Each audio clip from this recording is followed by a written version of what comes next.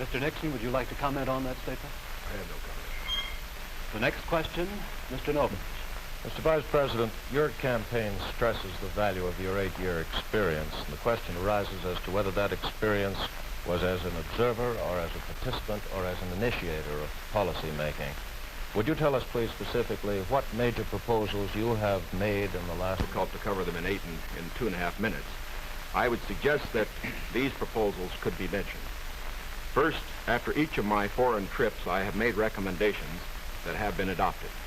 For example, after my first trip abroad, I strongly recommended that we increase our exchange programs, particularly as they related to exchange of persons, of leaders in the labor field and in the information field.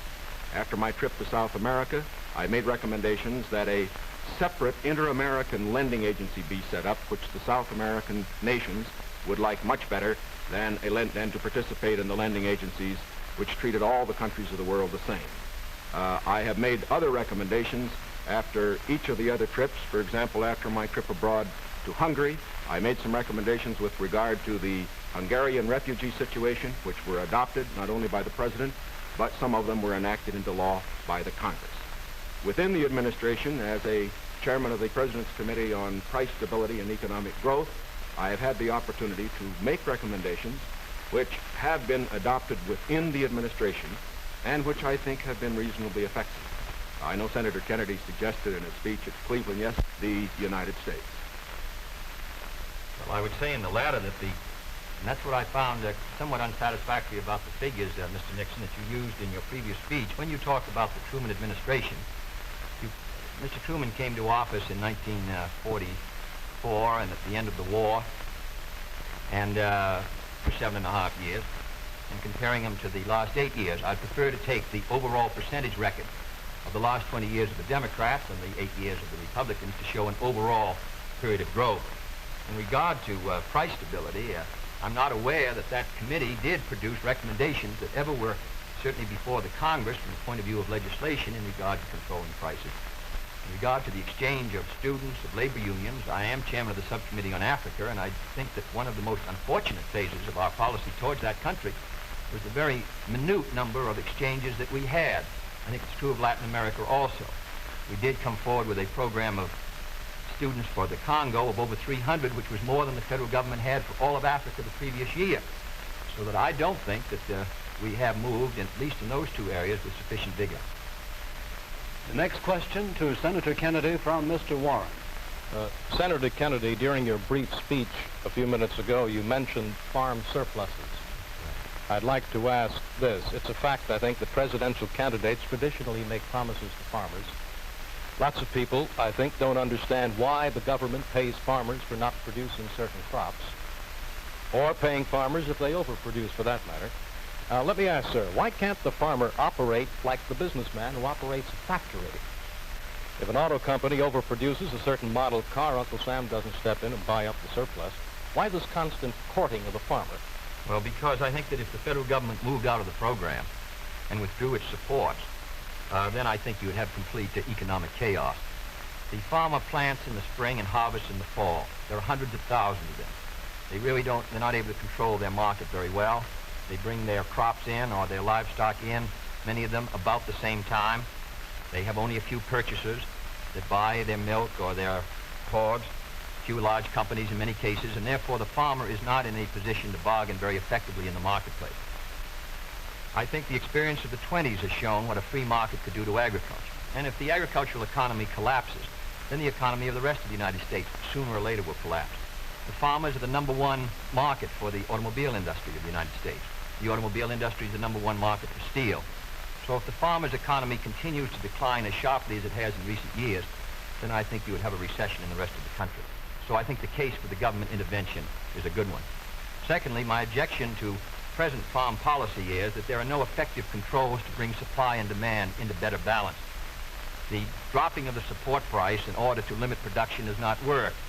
And we now have the highest surpluses, $9 billion worth.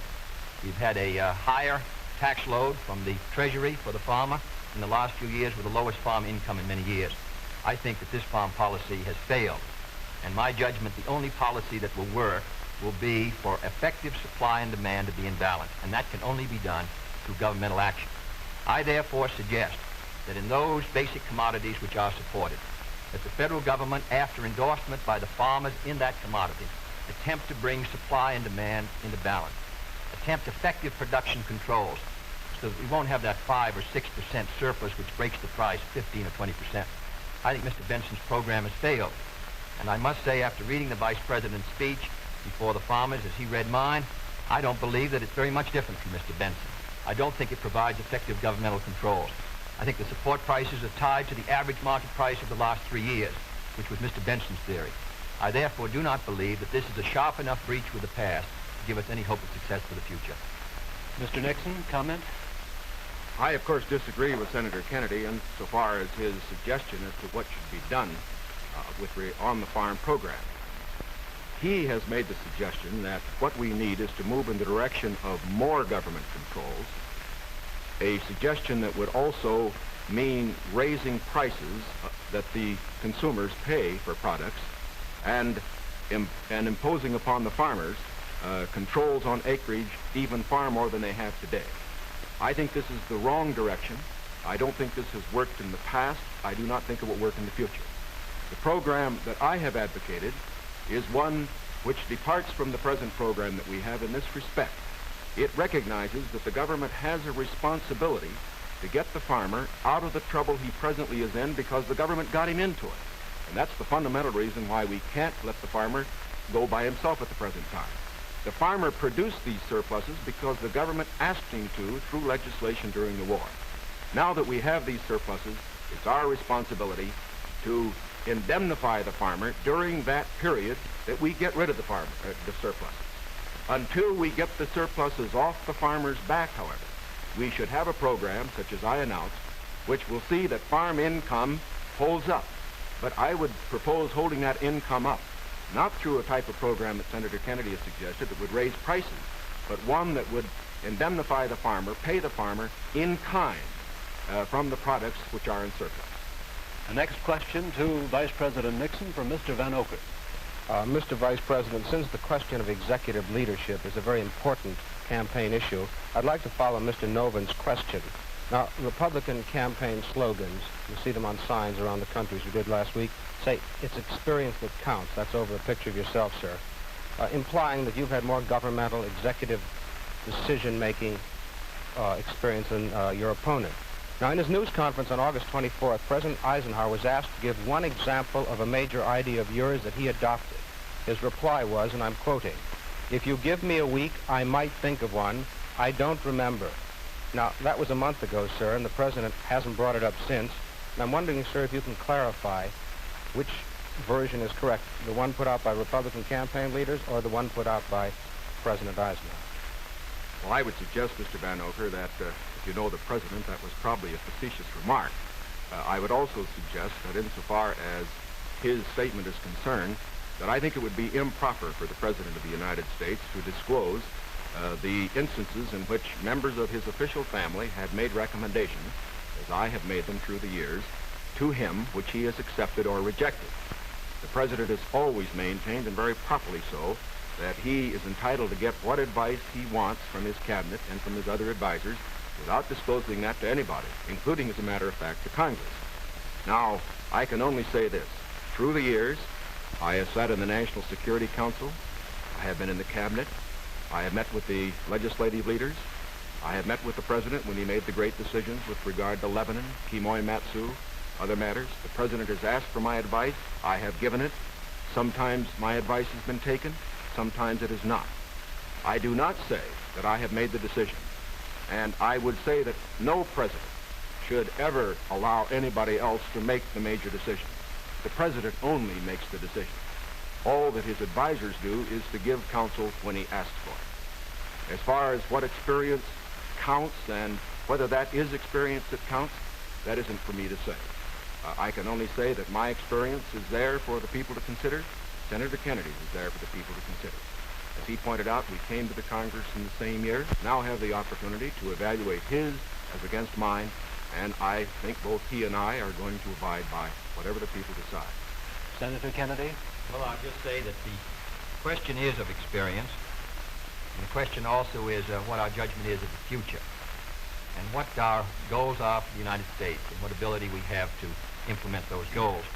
Abraham Lincoln came to the presidency in 1860 after a rather little-known session in the House of Representatives, and after being defeated for the Senate in 58 and was a distinguished president. There is no certain road to the presidency. There are no guarantees that if you take one road or another that you will be a successful president. I have been in the Congress for 14 years. I have voted in the last 8 years, and the Vice President was presiding over the Senate, which candidate and which party can meet the problems that the United States is going to face in the 60s. The next question to Senator Kennedy from Mr. Novus. Senator Kennedy, in connection with these problems of the future that you speak of and the program that you enunciated earlier in your direct talk, you call for expanding some of the welfare programs for schools, for teacher salaries, medical care, and so forth, but you also call for reducing the federal debt. And I'm wondering how you, if you're president in January, would go about paying the bill for all this. Does this mean that I did not advocate reducing the federal debt because I don't believe that you're going to be able to reduce the federal debt very much in 1961, 2, or 3. I think you have heavy obligations which affect our security, which we're going to have to meet. And therefore, I've never suggested we should be able to retire the debt substantially or even at all in 1961 or 2. Senator, I believe in one of your speeches you suggested that reducing the interest rate would help toward... No, not reducing. However, the kind of programs that I talk about, in my judgment, are fiscally sound. Medical care for the aged, I would put under Social Security. The Vice President and I disagree on this. The program, the Javits-Nixon or the Nixon-Javits program, would have cost, if fully used, $600 million by the government per year and $600 million by the state.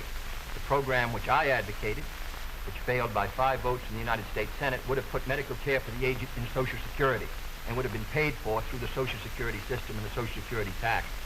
Secondly, I support federal aid to education and federal aid for teacher salaries. I think that's a good investment. I think we're going to have to do it. And I think to heap the burden further on the property tax, which is already strained in many of our communities, will ensure, in my opinion, that many of our children will not be adequately educated and many of our teachers not adequately compensated. There is no greater return to an economy or to a society than an educational system second to none.